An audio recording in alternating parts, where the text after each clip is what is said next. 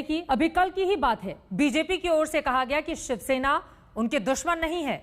शिवसेना की ओर से भी कहा गया कि बीजेपी से उनका बैर नहीं है। लेकिन आज तस्वीर बदल गई।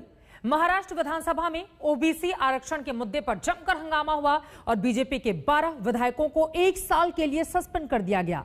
अब खुद ही सोचिए कि सबका डीएनए सियासी है या नहीं। देखिए, हम क्या भारत पाकिस्तान है, हिंदुस्तान पाकिस्तान नहीं है। नहीं, मिलना जुलना होता है, बातचीत होती है, लेकिन अब हमारे रास्ते अलग हो गए हैं पॉलिटिकली। और फडणवीस साहब का भी यही कहना है, राजनीति में अगर रास्ते अलग होते हैं, आप देखो आमिर खान और किरण राव, रास्ते अलग हो गए लेकिन दोस्त थे। क्या गजब की उपमा दी और क्या गजब की दोस्ती की दुहाई दी संजय राउत ने। इस दोस्ती के गुणगान के चंद घंटों के बाद ही महाराष्ट्र की विधानसभा में वो हो गया जिसने बीजेपी के विधायकों का दिल दरका दिया, क्योंकि 2 दिवसीय मानसून सत्र में ओबीसी के मसले पर हंगामा हुआ। आरोप लगा कि स्पीकर से बीजेपी के विधायकों ने बदसलूकी की और बीजेपी के 12 विधायकों को 1 साल के लिए सस्पेंड कर दिया गया। इस सस्पेंशन के बाद जब सदन से बीजेपी के विधायक बाहर निकले तो उनकी जुबान से अंगारे निकल रहे थे। शर्म आ जाए, ऐसे नए तालिबानी ये शिवसेना, कांग्रेस और राष्ट्रवादी कांग्रेस के लोग हैं। इनका स्वरूप नया तालिबानी इस प्रकार से ही किया जा सकता है। इस प्रकार से ये लोग महाराष्ट्र में कारोबार करने का प्रयास कर रहे हैं। किसी ने अगाड़ी सरकार को तालिबानी सरकार कहा, किसी ने कहा कि हिटलर शाही चल रही है।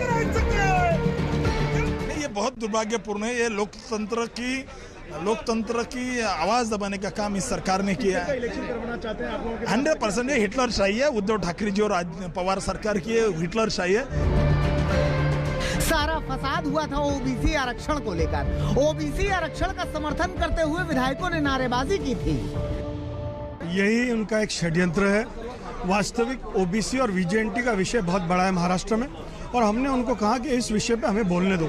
जब वो लोग बोलने नहीं दे रहे थे हमको, तब हमने आग्रह किया, आखिर हमारे मतदारों का ये कहना है कि ओबीसी वीजेएनटी के बारे में बात करो, और हमने वो मांगा। इन्होंने सिर्फ हमारी आवाज दबाने की कोशिश की।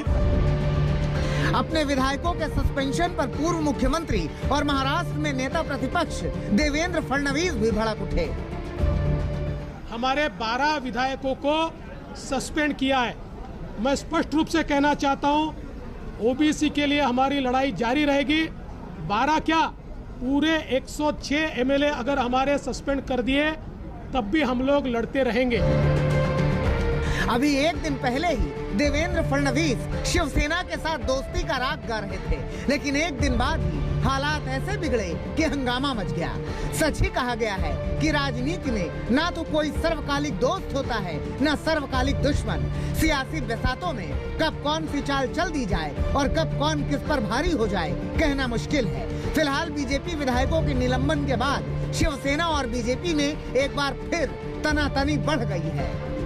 आज तक ब्यूरो।